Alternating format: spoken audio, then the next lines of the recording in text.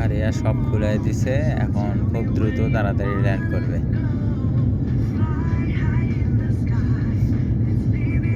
পাখার সব কয়টা ইয়া খুলে দিছে।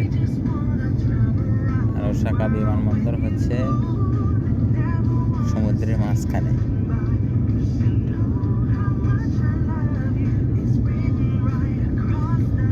তো বিশ্বের এই একটাই বিমানবন্দর যা সমুদ্রের মাঝখানে, ওখানে নিয়ে যাচ্ছে, খুব দ্রুত ল্যান্ড হবে।